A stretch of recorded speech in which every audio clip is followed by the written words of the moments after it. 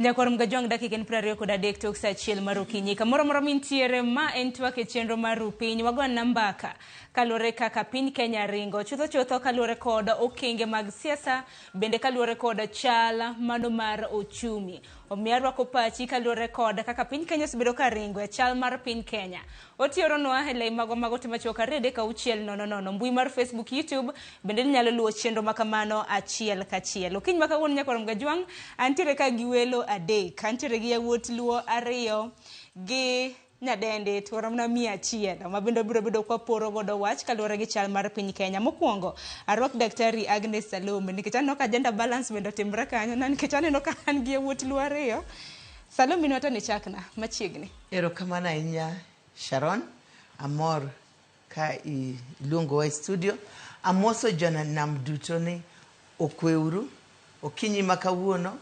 wan ka e radio marwa e TV station marwa mar Ramogi wado wacho gima tagowa kaka joluo erokamano machiegni nya Billian bende ngino selalnwa hinya chakre higa mokalo bende roki ni machiegni erokamano nya Sharon amor moso jothurwa duto no yaore ang'eyo ni koth chwe kaluo yandan kaluo weekend ang'eyo ni koth chwe kaluo ramoso no yaore en twak marwa erokamano nya ngini January ochako maber January ochako gi koth gino marwa ni ji pidho chama gada Aguko bende wakili hin bende roki ni machiegni erokamano nya Sharon to kendo nyikwara mogajwang arwako uwe chenro ni mondo watwagi kendo wasum rieko mopogore opogore arwako ukenya machiegni oro kachako kodi daktari Agnes Salome aseni ni rombe mopogore opogore mabende osebedo kadhi nyime kaka TV mar Ramogi mabende wasebedo kata mna kwa menyo marach gi maber ni ahinya kaka piny Kenya rengo diwach nang Sharon kawuono gokinyi kan achambua gazeti e mesa kapok abiro ka mokonga neno ni Taifa Leo wacho hali si hali Kenya Daily Nation wacho ni massive job cuts for civil servants to uncivil servant bas kendo kwang'io kawuono The Standard wacho kaka President Ruto meet gi Chief Justice and other Kenyans who are about gima litna Sharon en ni economy bite kila ng'ato oko bite tajiri oko bite ng'at ma udhier our economy is actually on the downtrodden we are going down to nyaka watim gimoro kikwang'in serikal botimonwa the government is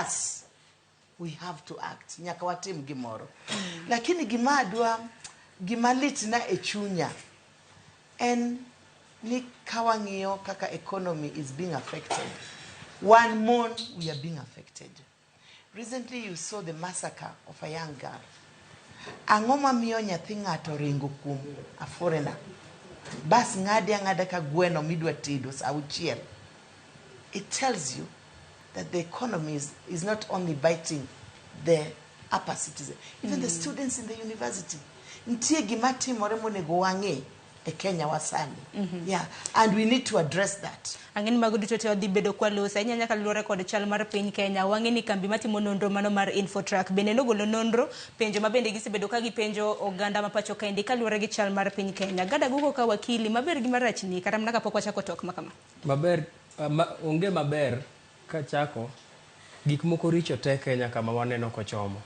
mokwongo wachopo kama koro kwadhi bedo gi judiciary kaluore kaka nyoro ne waneno ka ogai mar judiciary no the state house mondo chak negotiate to banko negotiate tineno ka koro wuok komigi mtokni okon gene de megi budget to gik matindo machalo kamano manyiso ni no dhi secho to kise dhi secho to ng'ama pidhi okinyal kalwedono manyiso ni koro waselalo judiciary to sama walalo judiciary to mana kaka daktari wacho uchumi bende rach koro gimora mora nyalo timore to ionge gi kama wanyalo dhi ponde to judiciary no emano nego bed godo kama wadhi ponde koro ibro denyo to ng'ama nyalo dhire mondo yud kony be koro onge koro mano gima anya wacho ni emarachi mogik gi sechegi kapod wadhi mbele gi twak maber to onge kata erokamano ahinya kani Billian Ojiwa in kinene nade maber marach ana erokamano Sharon awinjo kaka jowetena wacho, lakini an ga crusade mar hope.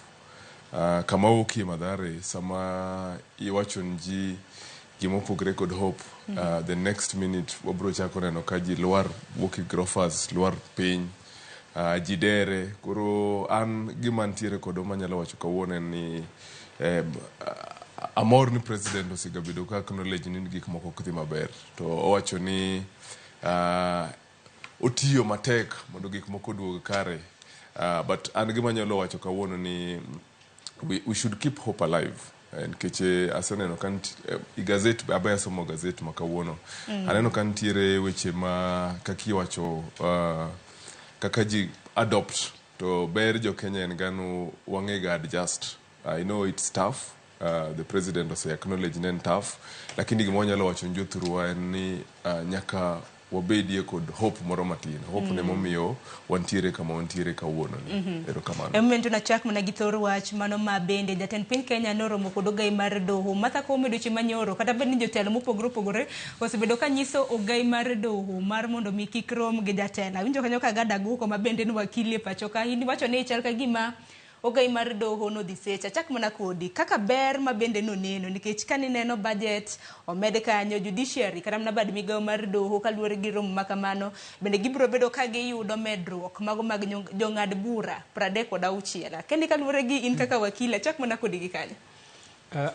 Abro chako giteri chien e historia mar Kenya, to kadwa dhi kodi mabor ahinya adwa chak gi sama ne waketo katiba manyien mar 2010. Kanyo no wan gi ogai mar Azimio Raila Odinga kaka prime minister. To ntiere chieng' mane doho no ng'ado bura moro mane ok ber kode, or mane ok omore. To notiyo gi dhuluo mar mahakama bandia. Oyudo ka Chief Justice mandalo no ne Willy Mutunga. Nochung' tir gi judiciary mowacho ni Raila nyaka kwang'uono. Mano gik ma ogai mar Azimio no kwang'uono mowacho ni odhi miyo judiciary luor. Wachak wadhi kama koro ker mokalo Migosi Uhuru Kenyatta beno luongo do mar Supreme ni wakora. Onge chieng' moro amora mane Chief Justice no wuok modhi obedo kode gi talks ni ji dhi mosore.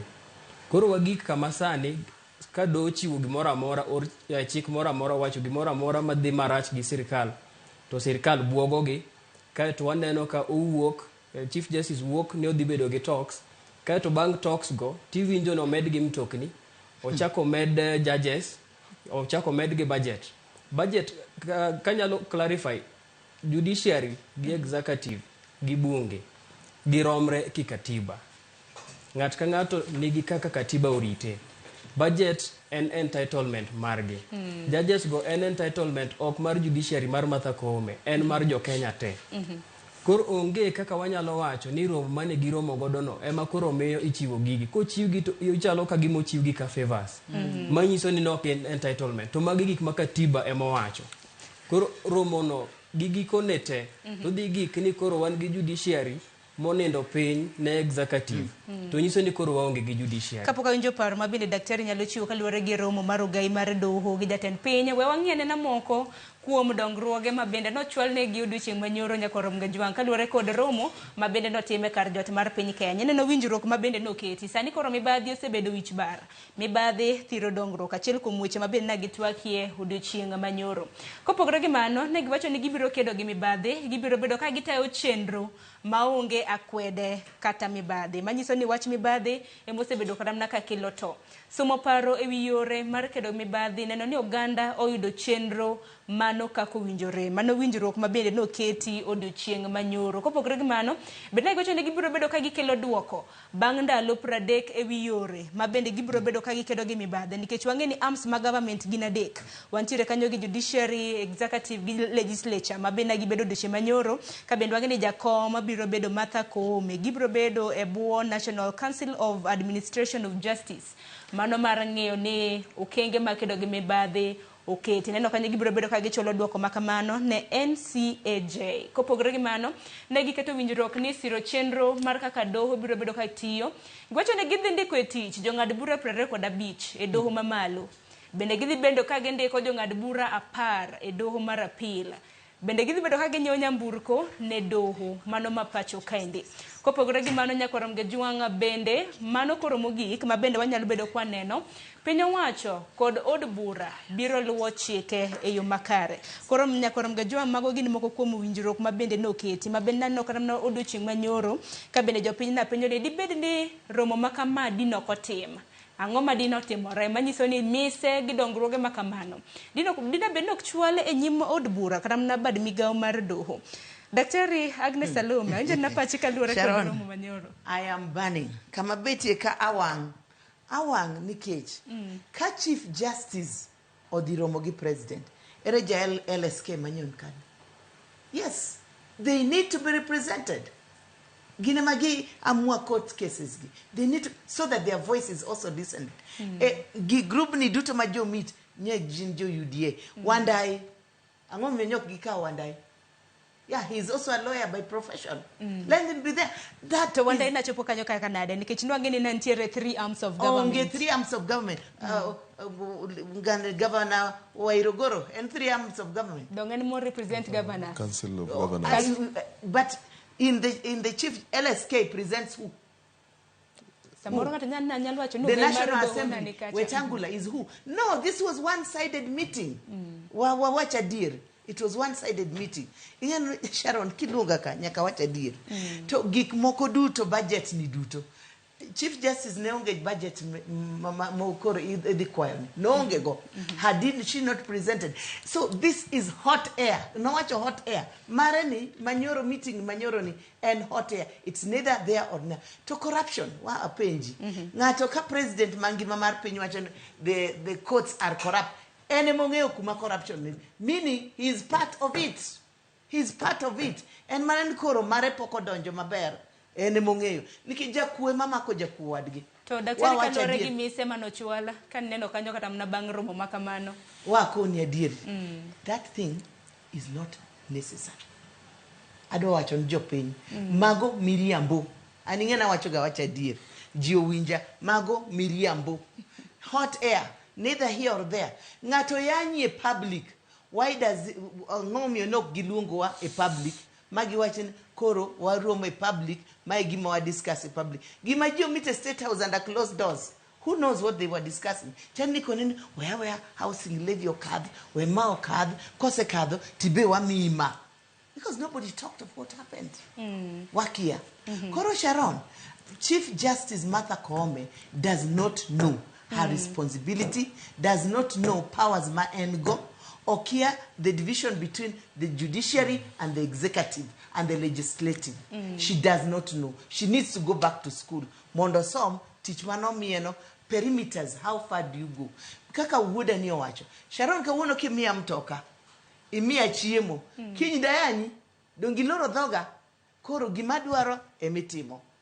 So, ngomyo nyok gilungo gai Raila Amolo Odinga.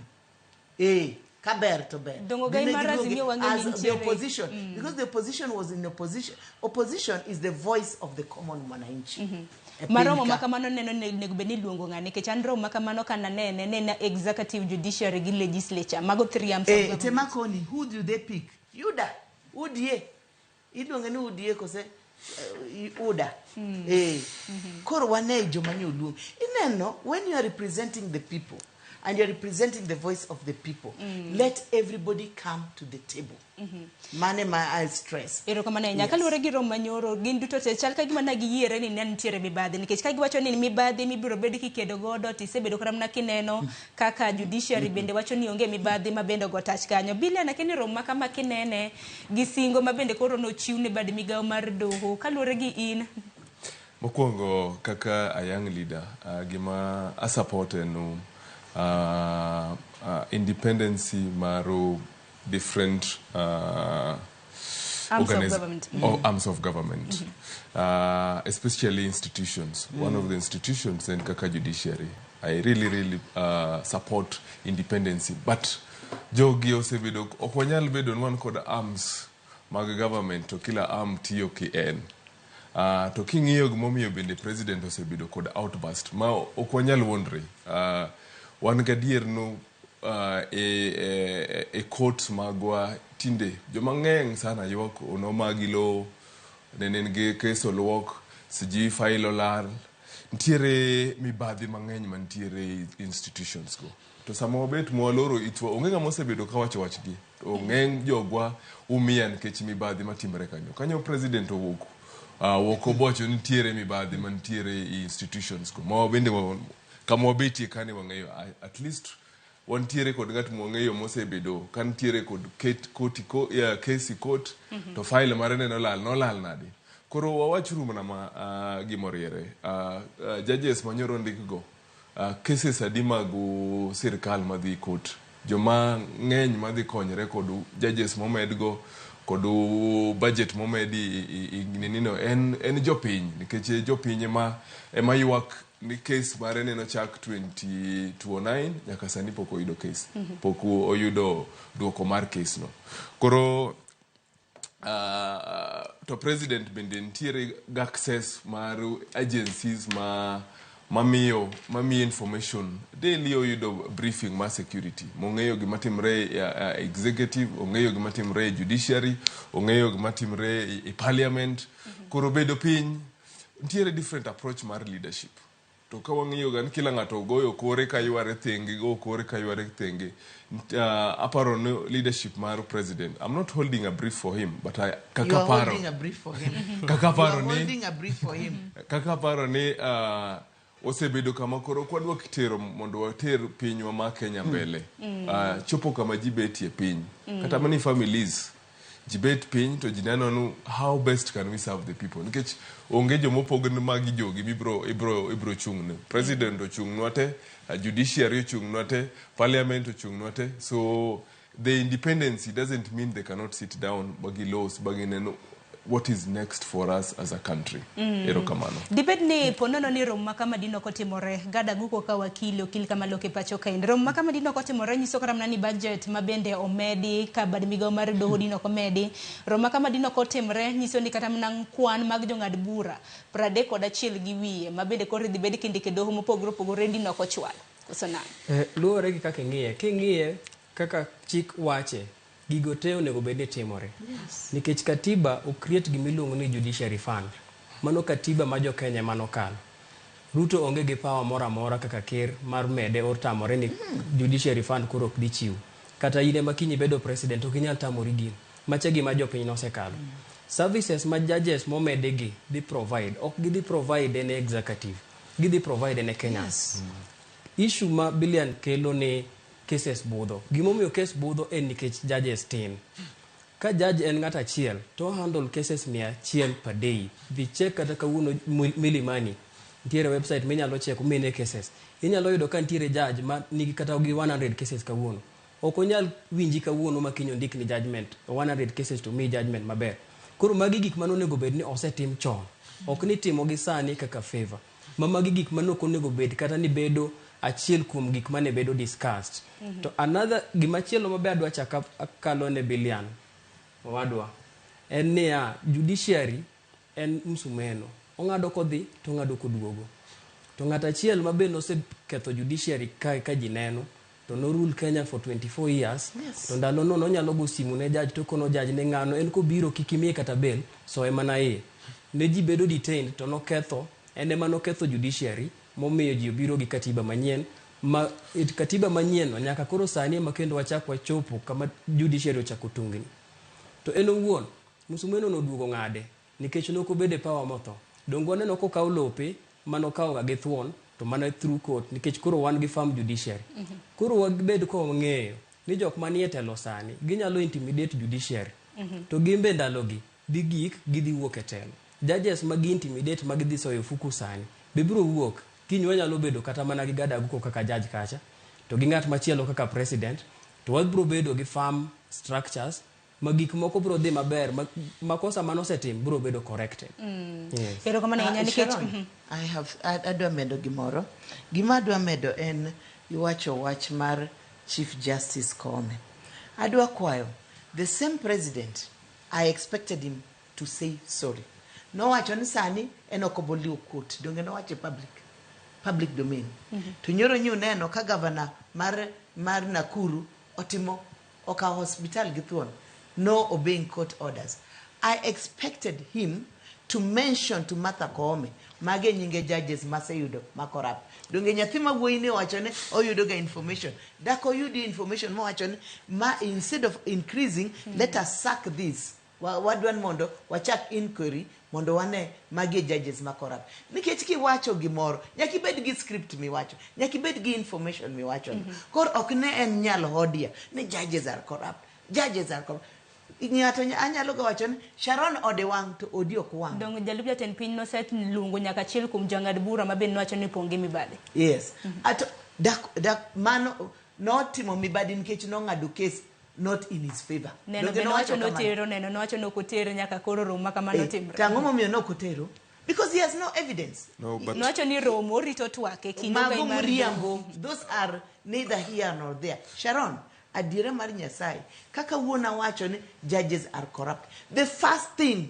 that we should look at who are these judges are corrupt nikech wuoda ni wacho maber kabisa ni en ga gi information mimi pile kambe kimi information pile kapile bed Jesus Christ nikech en Zakayo obed Jesus Christ oloria Billian wacho ni en tire ka wacho ni en tire kaka ng'ama ng'iyo weche nyithindo mawuoyi but he's feeding us with the lies the president is being given information come here information adier Sharon next time give me very mature adults nikech ok adwa tuk nyithindo ka gima timore en kama watim kama Sharon ka wacho ni kawuono ni odi ikwelo kata ntie corrupt judges I should be able to say I have gotten information judge so and so is corrupt he received this amount of money dongecho nineno ka when Kibaki's time you saw judges being brought to court and they were brought to court with evidence of the money they stole and what they did kore madwa wacho kaka nyathina ma wakili mawiye lerni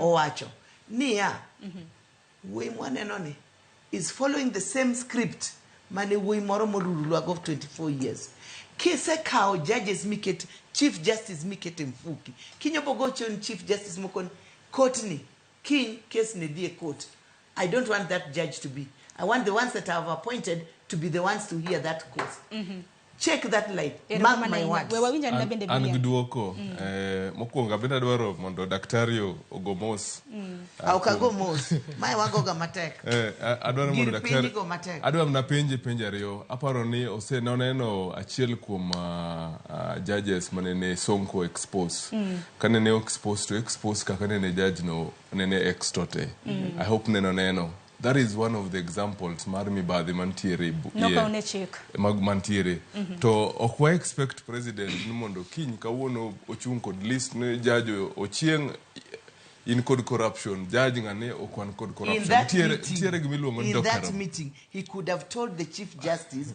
mai gimatimore kama wan kod in nyowa onge meeting no koro kwang'eyo gimanyobedo discuss nukoro kae wabo ka ondam ni judges mwase wacho ni Martha Karua we have given her information of Billian penjo ni moro na mane penjo number 2 aparo koongo kod information no the president gets security briefings every day. I know that. That is obvious. Yeah, koro achiel kuom gik ma nyalo bedo ni no bedo discuss no corruption mantiere migao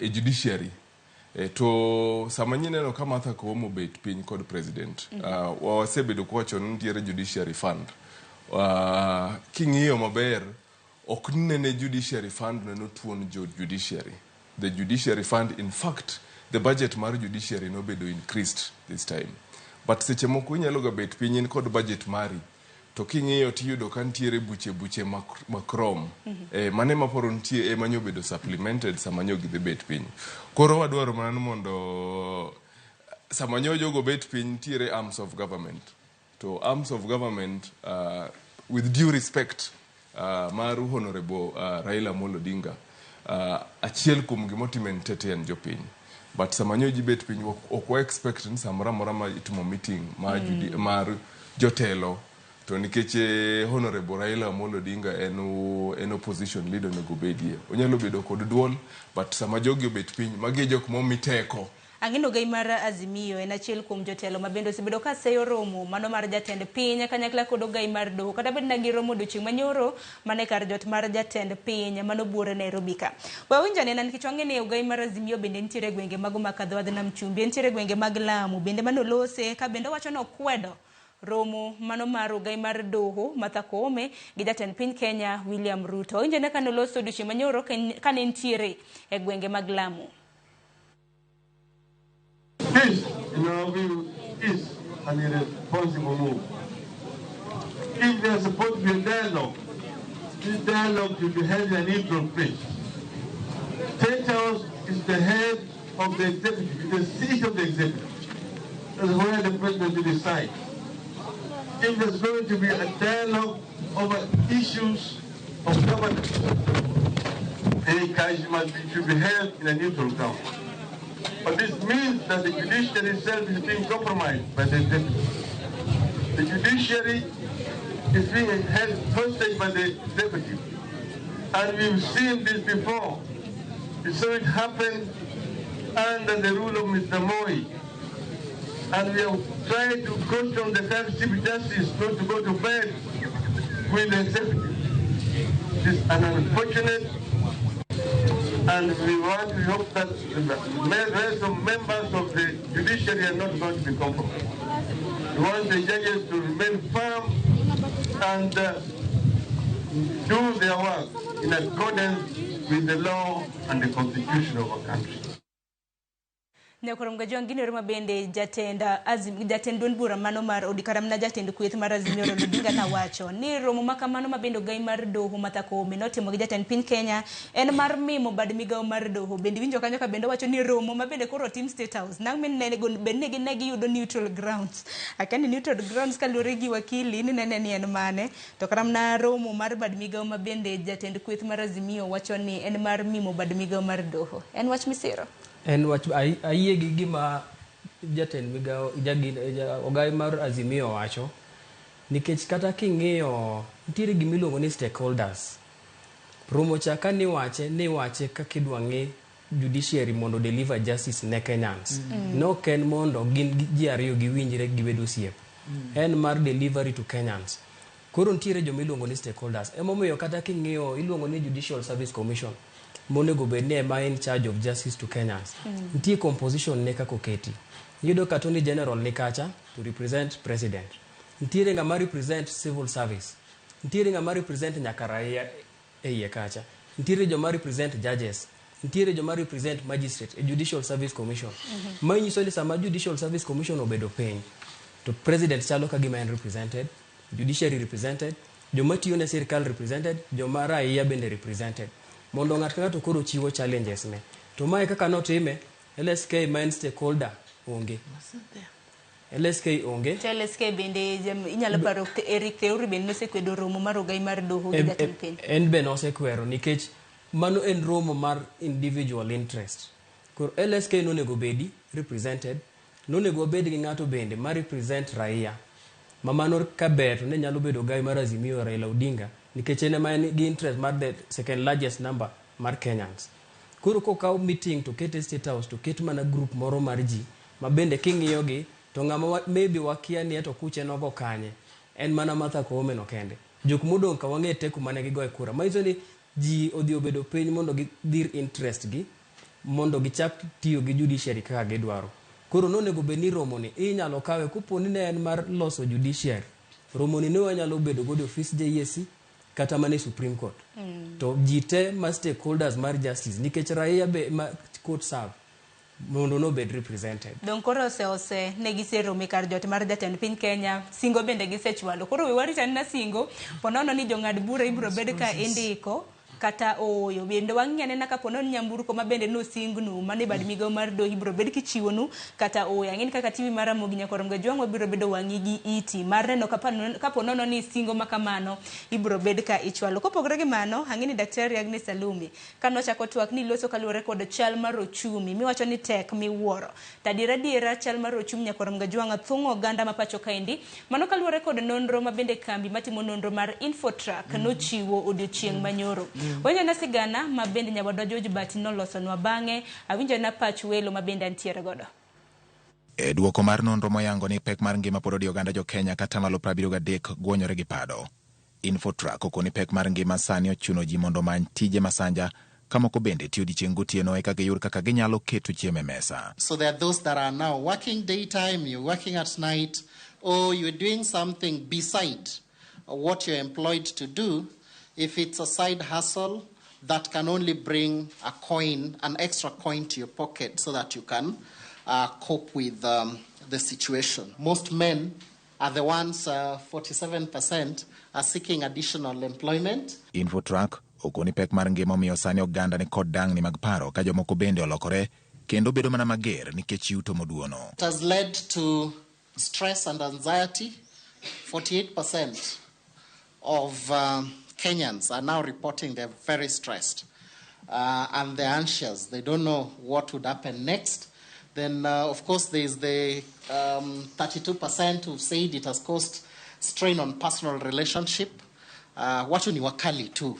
Kagiyango ting' mar piny owacho, kambi nonrono bende okoni piny owacho mamalo kod mag counties ne ojolo oganda jo Kenya ahinya e kinde midhiero mag pi oula kendo mani ofungo pek mar ngima ne ji manoyudo kony. County and the national government, they've been providing food rations in various parts of the country.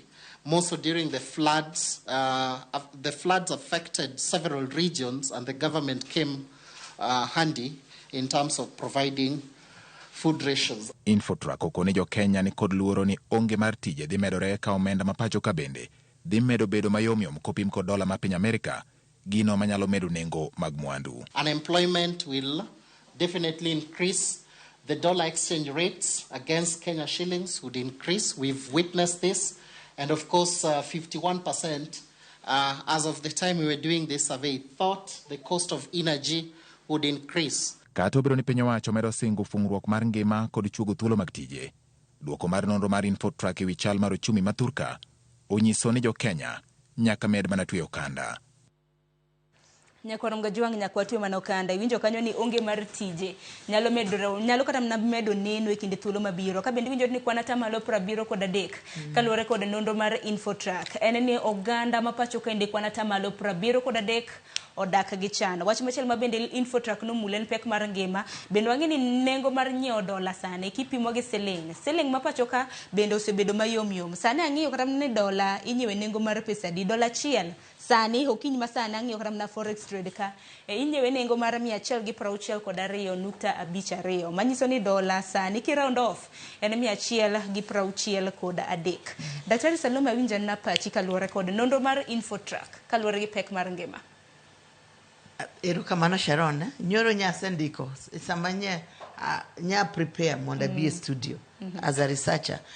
Nya neno it's 73%. That is mano penj maluar. Ka 27% kende ema nyalo ngima, meaning the middle class and the rich are on that. So the poor 73%. To Sharon sani kata kidhi street ineno joma in the streets to promises one tutajenga tutafanya tumebomoa the problem that this government is doing is that it does not listen. Mwai Kibaki when he came to power no yudoka economy is zero kaka sani gilando ni yudoka coffers are empty. But Kibaki was a listener.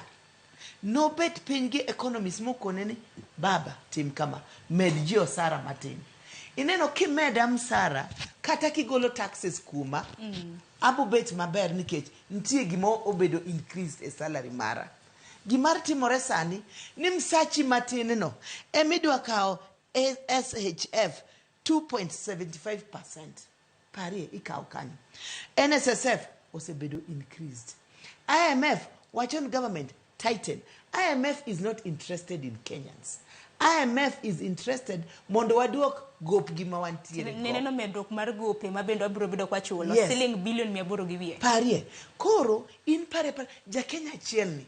Sharon Msachi mani chako chamo maybe 2020. Poko bedo increased kata ndururu. To sani bech stima bebo di malo. bech mafuta pok odhi piny, bech mogo wan wamor, wan joka nyanam wanyalo ga dhi e dala mwayud gorogoro mek oduma mwajiuti. To pari ng'at ma onge dala ne en shamba la mawe miluongo ni Nairobi. Msache kaka noketne 5,000, 10,000 kaka watchman. 10,000 itimoga ang'o Sharon. So the government has to think how far. A government that continues taxing its people is not a sensitive government. And it's a government that is economically going down. And 87%, there's massive economic downtrodden. We are actually going down. Instead of going strong, what they paying? Koro wa penjire yawa. Kama wadhi e piny, nyoro nyanti gi nyathi moro. Obiro nena, moko nan mama. Okimia. Okingisa kaka nyalo dhi America, kata dhi Australia. Akon why? Young people like him, he says he's a preacher of hope. I hope he can start preaching hope, because young people are stressed right now. Gidwa wuok e piny ni. Nyithindwa oyie mondo gidhi bed farmers. Australia. Mabende Billian nyalo chiwo. Yes, nyithindwa sani thagore, especially the young people. They want to get out of their country. Can you imagine you are in your own country, you want to get out of it? Mano ngisi nango. Ningima oknyalre, hali sio hali Kenya. Billian kaka jalne roma bende Salome wacho ni wuode ko ni adwa mondo a remind daktari number one ni last election nena chung kaka mbunge Mamadhare. Congratulations. Achiel kuom joma nogo na kura 17,000 mana yudo en gin joma rowere e chama ma UDA. To adier nikech awuok Mathare kenda represent joma yang joma ojende okanyal ase sama chaka wacho no okadwa whole brief ni ngata nikech bed ne atobo abadhi bunge joma ne onego bena voice shida mag gin joma Mathare. To king'iyo kechan Mathare to ajadala king'iyo ngima mantiere dala kod ngima mantiere Nairobi opogore nikech dala otin idakie nono, pi iyudo nono, ng'eny gik moko iyudo nono. Lakini nikech represent urban, ojende mang'eny osebedo ka ntiere kod ok stable. To as people who work closely kod joma ntiere government, we've also been airing this. But kila ng'ato kadonjo e sirkal, ne bedu jatelo Raila Amolo Odinga, ne bedi sirkal.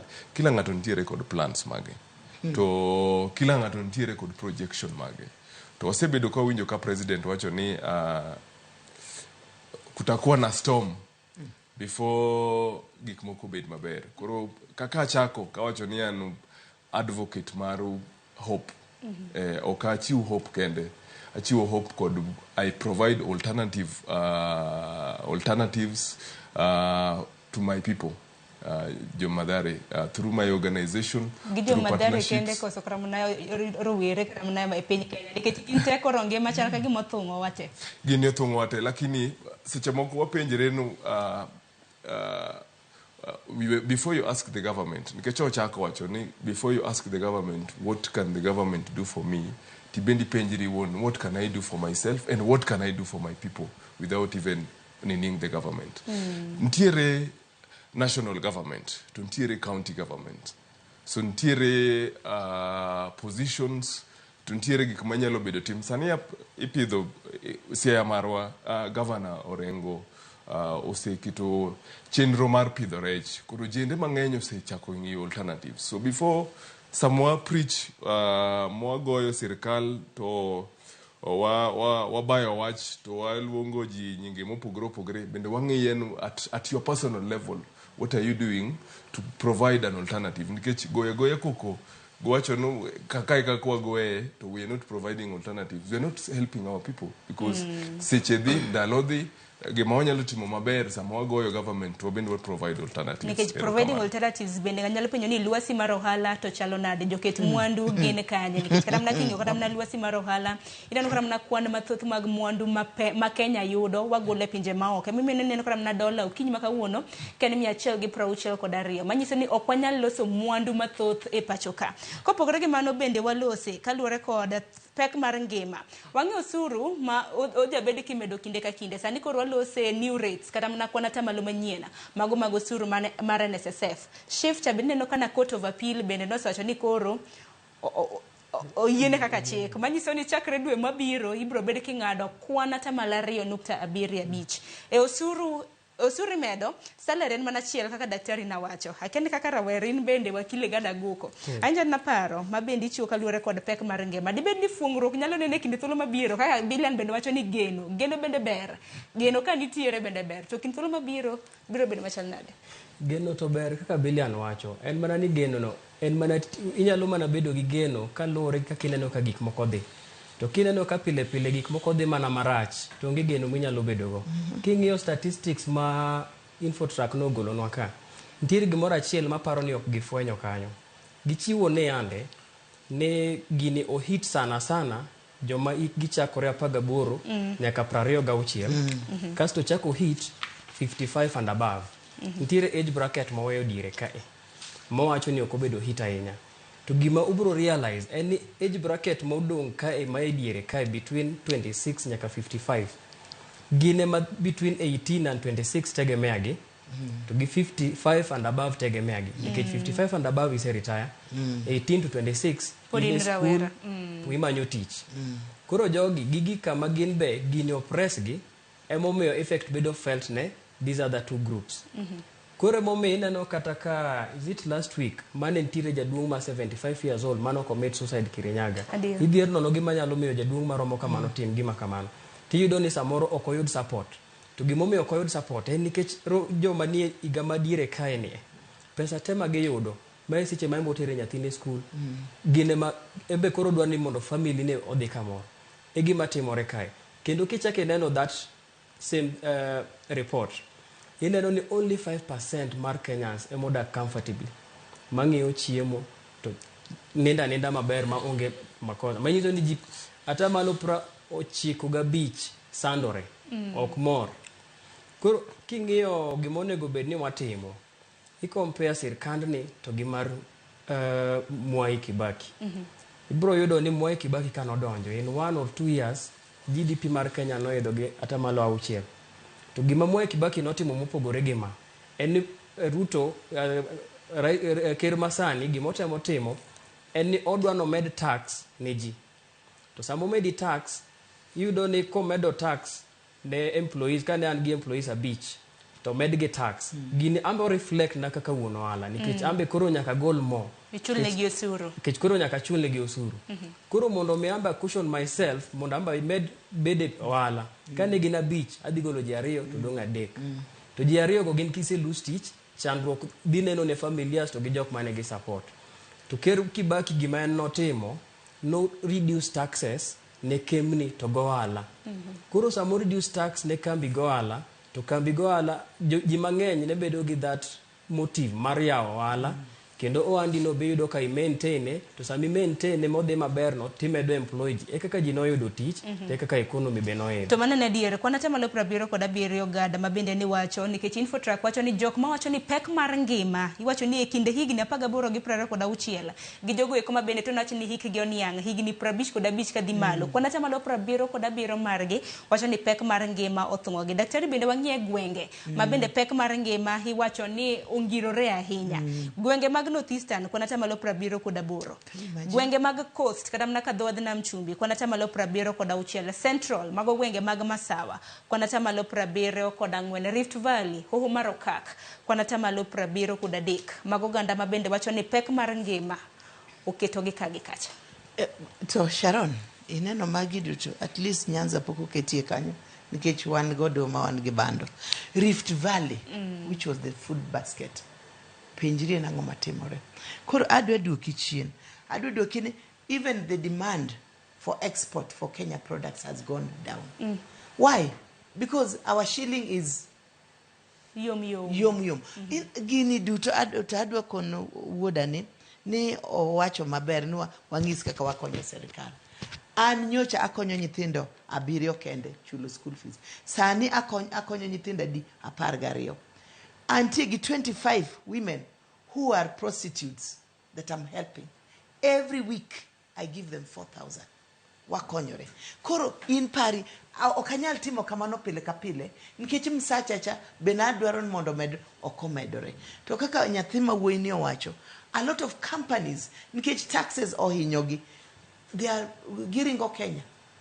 Samia, where is Samia? Samia has gone to Tanzania.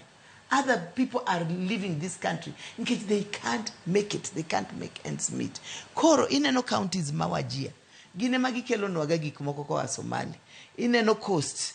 We all get cargo from coast. Central, Manyocha is the center of money. Sani or the pain. Rift Valley or the pain.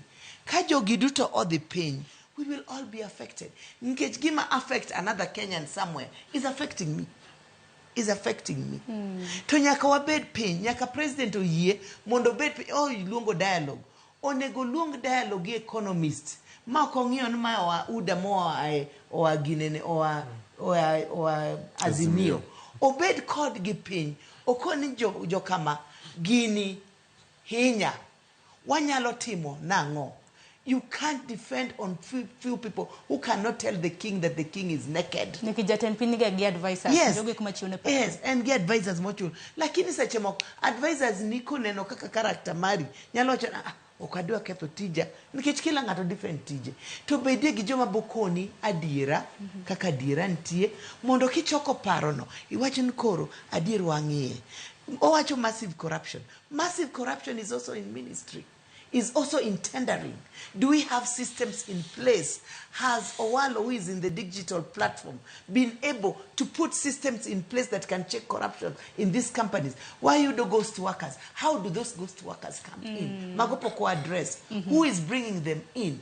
There's desperation. Ghost workers chamo in place nyithindo matindo monego bed katiyo.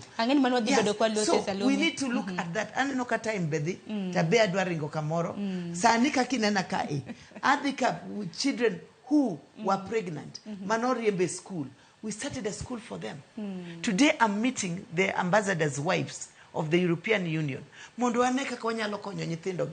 Mondo gisomo gi nyithindo. So the economy has to be addressed as a Kenyan project. It's not a one-man show. Mana kamano Billian in bende mi paro mano thuolo kata mana wakao ywe matinya korom gajwang nikech anno ka thuolo bende rengo matek ka wanwa duoko aye iweyo bende obro bedo bende kwalose kaluore kod jotije manyawawa ghost workers ma bende daktari bende na wacho nonro ma bende duol mochung ne jotije ma pacho kaendi PSC no chiwo to migepe mopogore mag piny owacho bende naneno kaka bende no yudre ni ntiere kod kwan mamalo mag jotije michulo chulo sara moko winjore ne bende chulo sara ka yo matin ote bende naneno mioro aduogo somo gi kodhi nyime gi twak makama.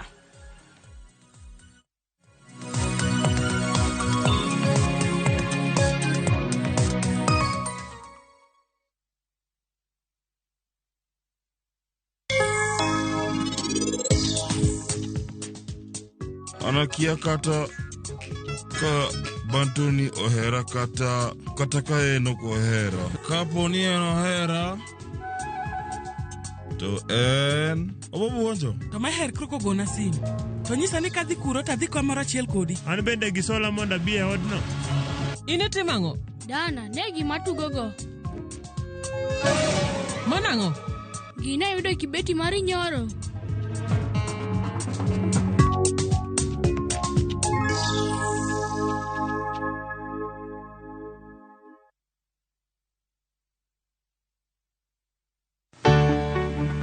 Mar maua, pidho jamni, magite gin yore mag pur. Be inyagori kod kute e puodho. Mchele nigi value addition. E pur gi ohala, walimo jopur ma opogore. Challenges ng'eny e pur generally. Egome jopur iluongo ne janego. Ka wafwenyo ni yore makare mag pur kendo waduoko penjo mora. Pogruok mane malich kata maduong' kind dhiang' mar ring'o gi dhiang' mar chak. Motenore kod weche mag pur kod japur. Kwaseketo manyiwa to sama wapitho cha be nyaka wapith gi DAP. Wan nyaka gi kanuna. Ma nyathi kamongo. Riwri kod alori nyaka Black e chenro mar pur gi ohala. Tich adek ka tich adek, saa 1:45 otieno.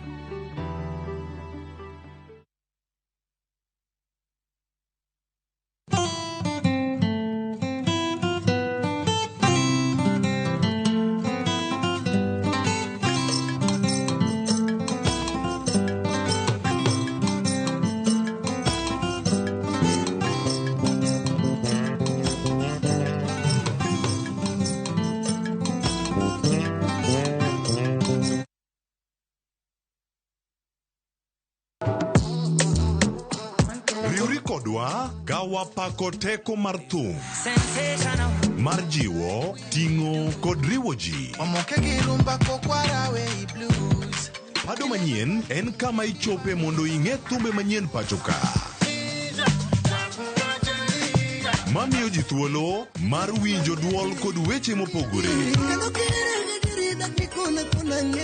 Kik thumbegi kod ngolo ma ogo mamit bai. We mondo thum owuok kodi. Pado manyien wuok tich nyaka ngeso saa 5 okinyi e Ramogi TV.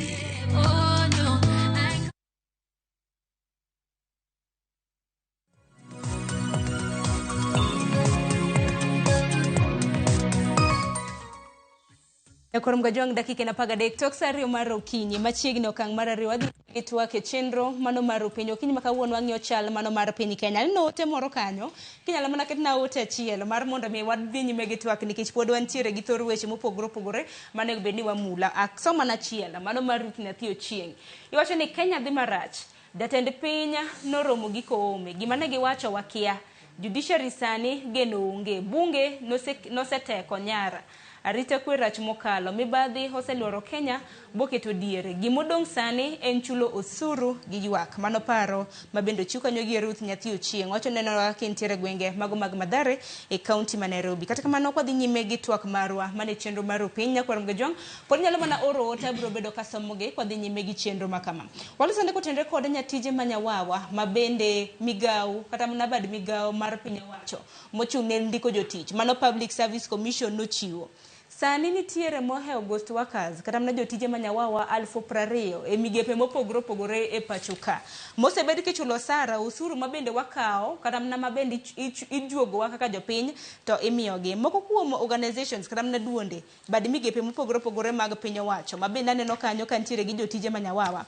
Aneno kanyo kar jot mar jatend piny Nyakorom Gajwang' mabende wachre nitiere gi jotije manyawawa 480 kod 3. Nitiere new KCC mabende nitiere gi jotije manyawawa 492 e kind mamoko. Billian, achaka nina kodi gi paro madichiw kaluwore gi jotije manyawawa kaluwore gi nonro mabende nochiw gi PSC. Erokamano ahinya. Gini nyang'iyo kanya neno nonro nonyo okabuok bende. In fact nya expect number no bed mang'eny keche wanyalo neno kanene governors odonji ofise achiel kuom governors manotimo cleaning neneno Simbarati maneno timo head count to idon tiere mtokni kuom joma nene riembo mtokni mag county nene tiere mtoka achiel man gi driver boro. Koro I am glad ni gini timre to ken mane national government kende en gimo bedo ka jiose manyo yore mago loso pesa zaidi through ghost workers. To king'iyo gi gin joma chiegni gi sirkal ma county government, joma chiegni gi governors, joma tiyo ofise mago komini kuonde mindikeji. Koro I hope ni cleaning ni the team maber mondo wabed kodi nikeche kaka daktari owacho nafasi ma ghost workers ntiere nafasi ma Billian kod wakili onego bedie.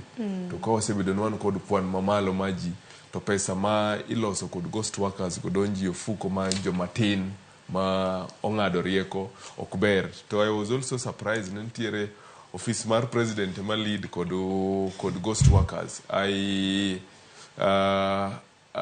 I hope na cleaning ni the team and skako chakre national government no.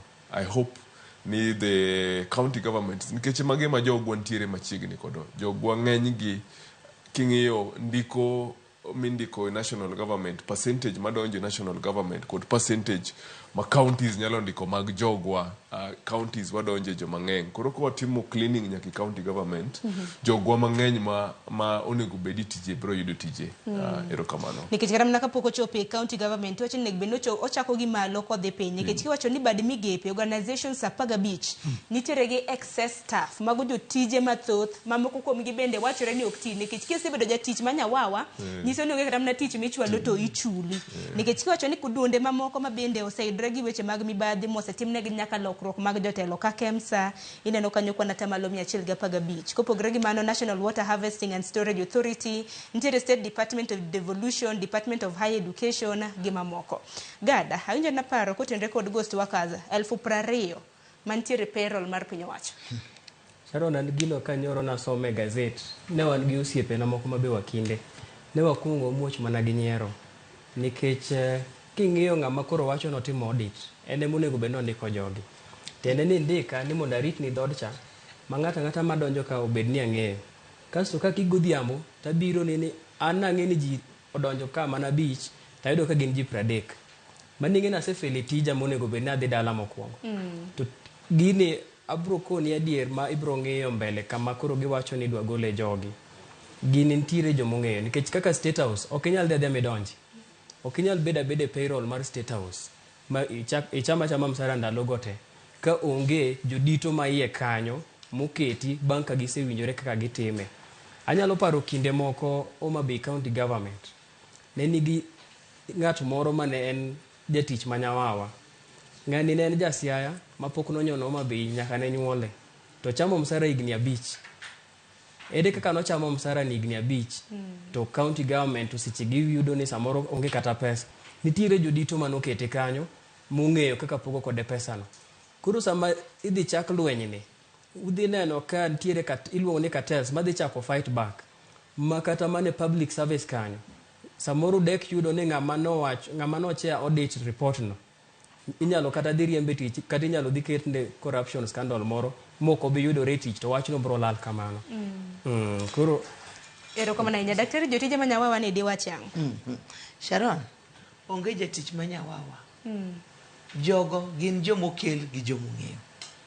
To kochakore ni ot mar State House monego bed the cleanest house nikech kwa wacho ni judges are corrupt. Your own house. This is what we are getting. A Kenya mangima 483. Can you imagine? Kor jogo duto donge ntie payroll. I believe in president kaka Billian no wacho ni imiega report. Dongo be en gi report mar joge go duto. Onego bed gi report kaka an university ang'e workers matiyogo. Ang'e jopuonjre mantiere go. To be ong'eyo jogi. Koro gima wacho in Kenya, the truth of the matter, there's massive corruption in all sectors, both in the devolved government and in the national government. To when onegwa beda dira, there needs to be systems, nyaka bed systems in place. Ma kawuono ka jogi report, tingen ng'atni o report ka timo kama Tom Sachen kama. And that should be in a development country. Mwe wacho ni we are digital.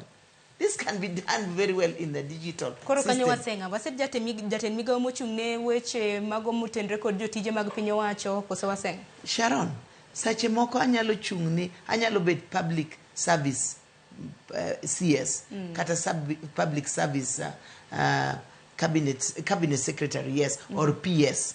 Lakini lweto olor. Iko nini jogi kaka gengi kikipenj ang'o miyo gibiro ka kikipenj gima gitimo ketgi list ditimang. Yeah.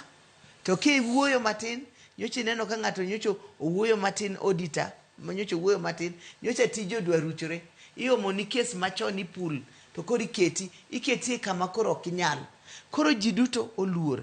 Lakini ka president adier odwa tem corruption, he should start at his doorstep. Sharon, adwa medo matin maparo ni important. Kane ng'eyo kaka wachni nobedo reported nyoro, ne giwacho mana jotije manyawawa. To king'eyo kaka kawuono obedo reported, en ni ntiere civil servants madhi lose tije nikech audit manotim to yudo makabila mopogore opogore. Ere ng'ama dhi yie ni koro en riembe tich nikech oyudo ka joluo gin 10 tidwaro mana joluo 3 koro idwa gol ji 7. Ineno nikech wacho makamano mi peka pa ni gazet ma Daily Nation koro nyiso ni ji 7 gidhi e court ni gibedo discriminated to bi golgi. Mano bro bedo unfair termination. Kata ko golgi to pod idhi megi retirement benefits. Mana dier. Koro nyiso ni en effort mana ma kaka ne gikele, koro gene ma gichako ume kegen. Magikone to onge jok mibiro winjo no riembe tich. Nikech wach ma kama bende kopogore kata mana gi jotije manyawawa ma bende koro ni nyiso wach. Ka gima koro wiche rangi koro ng'iyo ni ethnic disparity in public service. Jotije kako ndiki mane piny owacho. Mano kaluwore kod dhoudi mopogore ma bende giwuoke. Naneno kanyo gross over representative. Jotije mathothne ma bende ndiko mana e piny owacho ka. Mano wuok e dhot ma Kikuyu, Kalenjin. Taneno ka dhot mar Luo, Kisii gi Luhya over representative. Ntiere gross over representation mano ma Kikuyu gi Kalenjin, to ntiere over representation ntiere kanyo Luo, Kisii, Luhya. Mijikenda bende naneno kanyo gi Kenya, Somali. Under representative dhoudi ma bende wacho ni ok ndike tich ahinya e piny owacho ma pacho ka. Naneno kanyo Masai, Turkana, Luhya, Mijikenda kaluwore gi kwana mago mag oganda mawuok e dhot ma kamano. Bila ni bende winja na pachi ka ma pod nonro ma bende nochiw kod duol kata na bad migao mano mar PAC, bad migao mar piny owacho mar Public Service Commission. Aparo ni king'iyo nonro no kidwaro ng'iyo representation ting'iyo kodu general population maru jogo maru community no, ethnic community. Bende wasebedo kwa ng'eyo the last census joma obedo mang'eny zaidi i Kenya ginu Wakikuyu, kiluwo paron kodu Kalenjins, alafu iluwo kodu Waluhya, alafu joluo.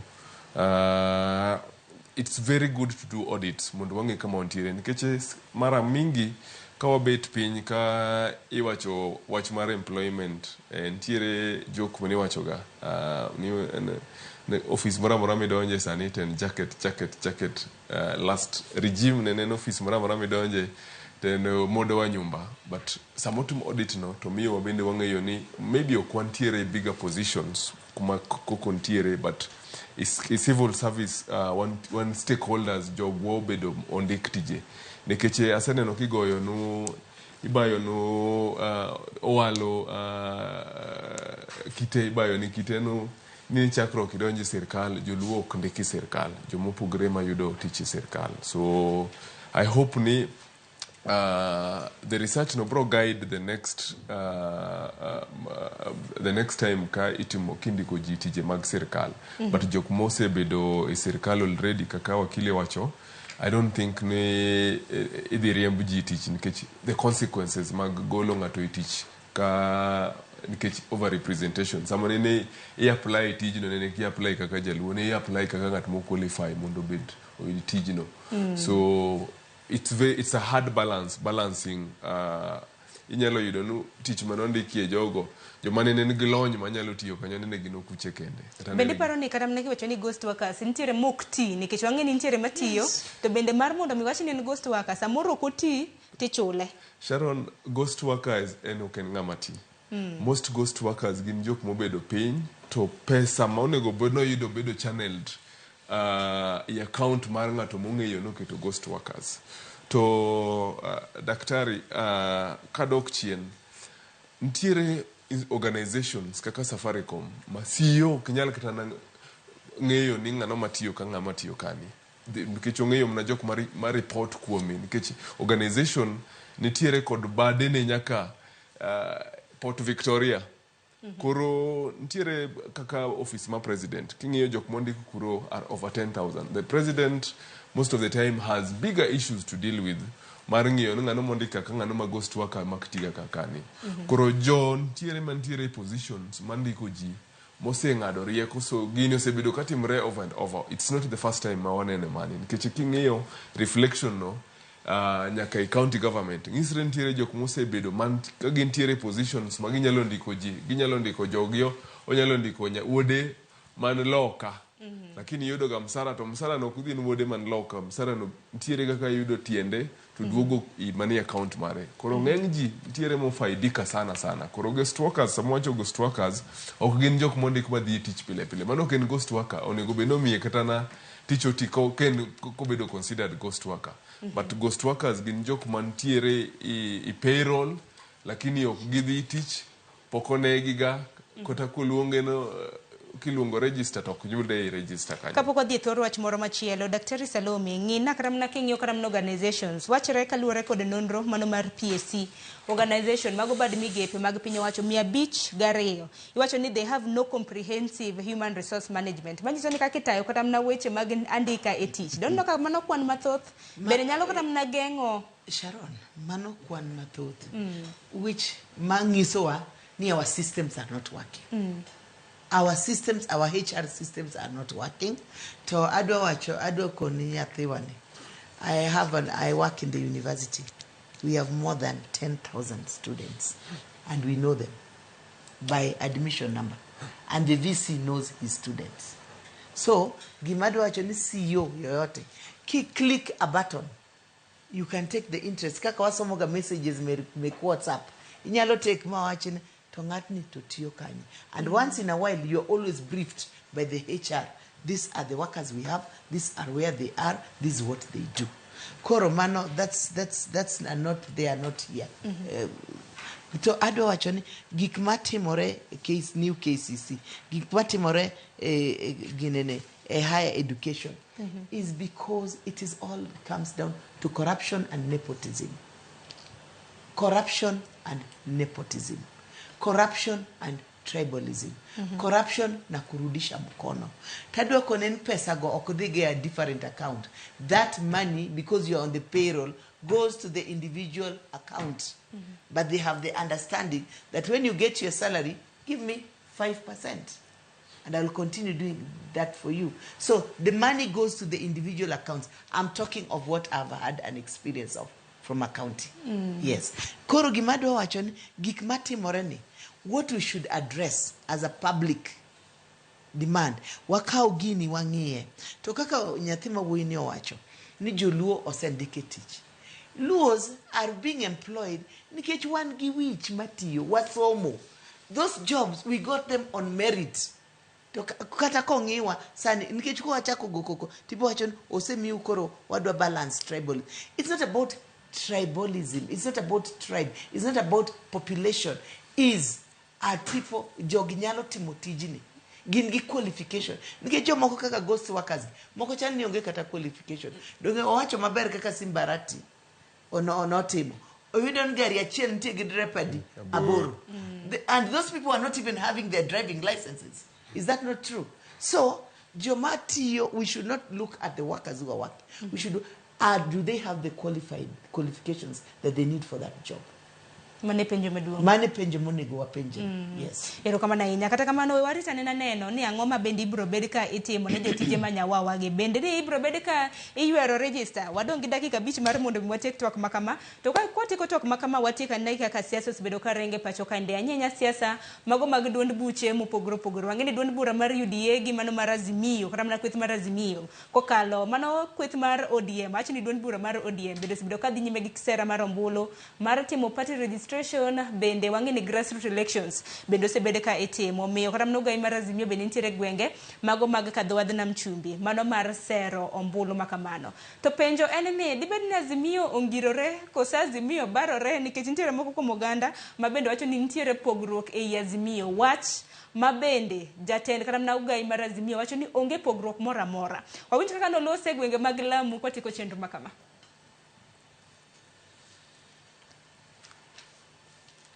By irresponsible media, that there is no danger in Azimio collapsing any soon, anytime soon. Really want our media to be responsible. Don't want media to spread unnecessary and irresponsible propaganda. No dissension. There's no disagreement anywhere in Azimio. And that's why we actually are taken aback. So I want to inform all our members, wherever they are, across the country. Azimio iko imara. Watu wanatumika na kugawanywa kiholela holela. Lakini sisi tunasema kama wana ODM, wana Azimio, we are firm and of the belief that we are behind Raila Amolo Odinga. Nyakorom ga jong magin mokuom jotelo mantiere kweth mar Azimio mabende nochiwo singo kanyo ni onge barruok mora mora e Azimio. Dibed ni jopiny wacho ni nitiere barruok e Azimio kaluwore gi pogruok mago mag moko kuom principles. Waseneno kanyo jatend Wiper Kalonzo Musyoka kinde machien nowacho ni obiro bedo kochung' e debe e higa mar 2027. Kopogore gi mano wang'e report mar NADCO mano mar twak mar THIK.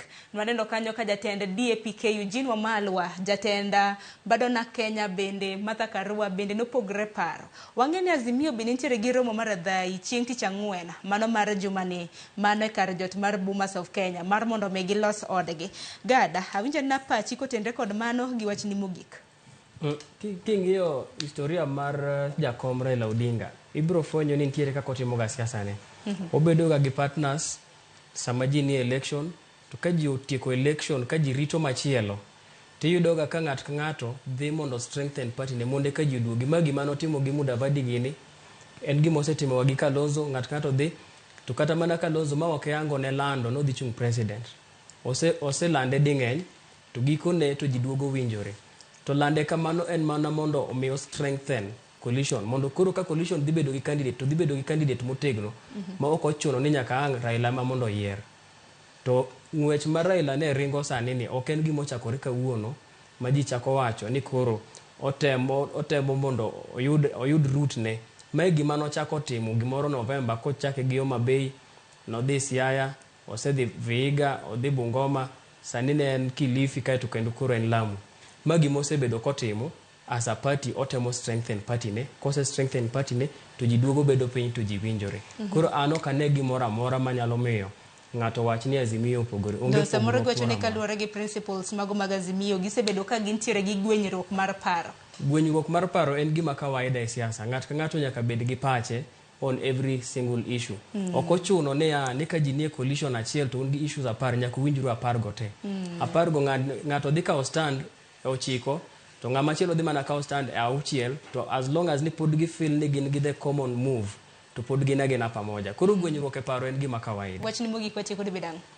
Wachna mogik en ni mondo walemne judiciary an kaka wakili nikech ka wawe judiciary modonjo e ofuk sirikal to onge kamoro amora ma jakom biro ringo ma japiny biro ringo kadhiye gie seche gi ka en gi shida ok inyal ringo midonjo e office president ni mondo ikwaye kony ok inyal ringo kaka idwaro midonjo e bunge mano koro National Assembly but inyalo ringo midhi e court maonge ng'ata ng'ata maloroni koro kanyo kende e kama konyruok wanyalo aye ma kok warite to wane ma wadhi hinyore to kendo wadhi hinyore e higni mang'eny kapok wakonyo shida.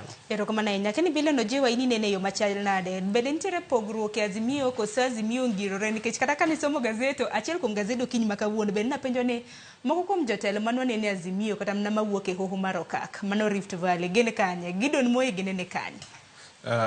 Ok adwa loso mang'eny e wach mar riwruok mar Azimio kod kaka gitiyo but gima ng'eyo en ni siasa lokre kinde ka kinde every election king'iyo faces manene kod Uhuru Kenyatta last election king'iyo faces manene kod Raila Amolo Odinga last election en ji luwo interest mag gi mopogore opogore so ang'eyo gima dhi timore no mbele kanyo ntiere joma dhi feel no both sides both ODM kod UDA no diwa kata jogi ok represent views maga kod mag my people nkeche ng'eny gi jing'iyo chiko itgi ni jopiny koro ing'iyo ni jopiny kumi ntiere wacho nade koro lokruok dhi bedi aneno ka i gazette ntiere achiel kuom leaders figures mawuok Rift Valley labda gisechiko itgi giwinjo kaka jopiny wacho last election waneno ka before election waneno ka governor Mamu Murang'a ondiko no Uhuru Kenyatta barua kamani kaka jopiny wacho to kurang'eyo ntiere gima ng'eyo i Azimio no riwruok margi strength margi so I hope ni gibiro neno mano but I know no ka wadhi mbele there'll be people will change camps people will jomoko biro weyo nyaka siasa waseneno jok manene mistari mambele last election mapod koloso kata na bang election koro ji tie mabro drop tire jok mabro join government tije mawuok government ka join opposition. Erokamano ahinya. Wachni mogik debe dang'o? Wach mara mogik en ni one adwa mondo make it clear no aseyudo messages mawuok constituency en ni ntiere jowa mantiere sirkal man machiegni gi sirkal an gadier ni gima mbaka mwagoyo kakani president ok nyal kawe heavily ki compare kod jok man machiegni kode ma miye advice koro gima wanyalo timo kamani en goyo mbaka kod break down gik moko kaka timre to ko chuno mondo wabedi one side ya kang'isre ni gik moko dhi maber kata gik moko dhi marach koro kwayo mara pile aoro no jogwa mantiere ma joluo mantiere sirkal remind gin the only ratil mibro pimu kodo the reflection mar gima president osetimonwa e Nyanza bro wuok mana kuom gima otimo kod stand ma ochung kodo mar make sure ni interest mag jogwa mawuok Nyanza obedo represented mane mara mane erokamano ahinya Daktari Salome in bende awinjo na pachi kaluwore kod barruok kata mana kaponono ni Azimio ngirore mano motelo ne romo mar chieng' tich ang'wen mar jumani mane kar jot mar Bomas dwach mogik. Erokamano Sharon, adwa wacho ni Azimio ok obarore, ot ka ot loso mare. Kalonzo Bisani wuotho gi jo Wiper oloso kare. Raila be nyaka en ja ODM nyaka los mare. Martha Karua ntie gi na Kenya. Eugene Wamalwa timo mare. Kata jo Mount Kenya jo Jubilee. Sani ntie group magi form miluongo Voice of Mount Kenya. Giwuotho from county to county. Ne gin Kiambu, sani nyoro nye gin Nakuru. Don kata mna Karua gini bene gi kamwene. Gin kamwenge. Koro jilosore. Election is over. So do you still look at each other? Ubete out ungire kama kose kila ngato strengthen party ne maka election obiro ibe iyudo jogi michungo. To kaka wuoyi ma wiye ler gi nyathi ma wuoyi ma wiye ler Billian bo wacho ni parties, only a fool does not change their mind. People can change their mind. And people are free. Kata an kawuono kanyal wacho ni abo agree gi ODM 100%. Ntie gimoro ma wacho ni kae taneno kwadhi marach. Can we change? So even Eugene Wamalwa gimanotim is right. Martha Karua, she has a right to have a different opinion. Nobody can hold somebody's opinion. And she has and right mar air her own opinion. But are they still together? They are very strongly together. Mano emadwakon Azimio is strong together. Weuru baba otim or strengthened party mar ODM mane marwa. Wachni mogik wachiko daktari. Wacho mogik adwa wacho ni serikal mar William Ruto obedie ng'at ma bet piny ma winjo wach. To kikibed gi promises mang'eny mokinyal timo. Waol gi promises. Let's walk the talk, not talk all the time. Takwayo no guy ma joluowa ma wacho ni gine serikal. Onge ng'at ma dhie serikal. The government has the right to provide for the people. Whether you're in government or in opposition, we all pay taxes. Kikwa wundri. Wawacha dir. They are in government for their own needs. They are not in government for the... We have representatives of the people, MPs who are elected to represent the people and the people's needs. Koro wabed jo adira, makik wabed ni koro wawacha nwadhi. There is no development that you're getting from State House. You don't wanna develop. Chani big idwaro transformer idalani. Kori di mi transformer. Nikechini machigni. But let's be truthful. Wabed jo moluorore. Kikwabed jo maketho gik moko kata dwan mondo wabed used, for example, to show disrespect to Raila Amolo Odinga. Kaka gimanyocho timore ka Jaramogi atofafa hall. Ng'ato no dhie court ni mondo kik tim anniversary. Ano goya gitia gas nyocha Joyce. Nikech birthday cake. Kor mago gik makatimore yuan. Awane serikal ma has etiquette or no etiquette. Are we uncouth? Watim gik maber ni jopiny to wa reduce mzigo mar jopiny. Nikech punda miluongo ni jopiny all ok nyal tingo more taxes. Erokamano ahinya daktari, erokamano ahinya. Geno nitiere, wagena nikech kata mana jatend piny Kenya wacho ni Auka nyalo bedo to bang'e bro bedo makare. Kata kamano wagonu erokamano ahinya Gada Aguko wakili kuom biro TWAK okinyi makawuono Daktari Agnes Salome. Erokamano ahinya kanyakla kod Billian Ojiwa. Erokamano ahinya kuom biro TWAK. Wacho ni wanyalo bedo gi pogruok mar paro mane kaka TWAK bedo mamit dongi. Nyalo wacho mato ng'ato wacho ma kon wariwe to pod wan mana jopiny wan joka dhot achiel. Erokamano ahinya. Nyakorom gajwang dakika 41 tok sario mar okinyi gi kanye makelo we giko moro mar TWAK kinde ka TV mar Ramogi. Wang'eyo kaka piny Kenya ringo ahinya nyaka luore kod weche mopogore opogore mabende timore. Odiochieng' makawuono bende gini nitiere weche mopogore opogore mabende biro bedo ka timore konde ma pacho ka duto te mabende biro bedo ka wakelonu moko kuomgi ibiro bedo